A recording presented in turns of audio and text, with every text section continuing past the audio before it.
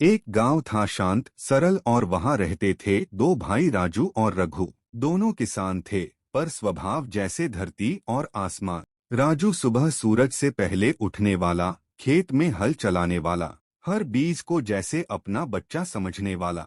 उसके खेतों में हरियाली झूमती थी, जैसे प्रकृति खुद मुस्कुरा रही हो। और फिर था रघु, खाट पर पसरा हुआ, मुंह में तिनका और होठों पर अजीब से ख्याल।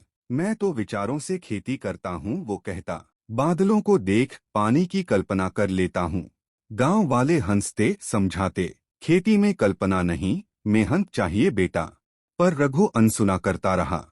फिर एक दिन उसके खेत में उगे कांटे और डरावने कद्दू। घबराया भागा भागा राजू के पास पहुंचा। राजू ने मुस्कुराकर कहा, अब समझ आया, खेत सिर्फ ख्वाबों से नहीं, मेहनत से सींचा जाता है। उस दिन से रघु भी बदला।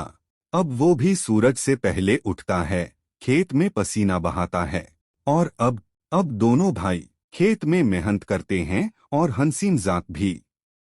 एक गांव था शांत सरल और वहां रहते थे दो भाई राजू और रघु। दोनों किसान थे पर स्वभाव जैसे धरती और आसमान। राजू सुबह सूरज से पहले उठने वाला, खेत में हल चलाने वाला, हर बीज को जैसे अपना बच्चा समझने वाला।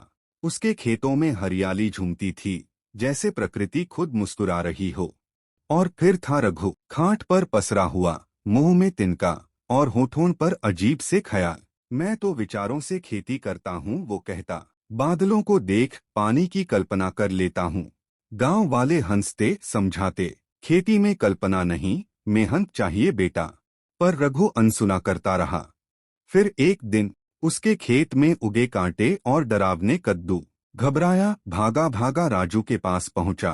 राजू ने मुस्कुराकर कहा, अब समझ आया, खेत सिर्फ ख्वाबों से नहीं, मेहनत से सींचा जाता है। उस दिन से रघु भी बदला।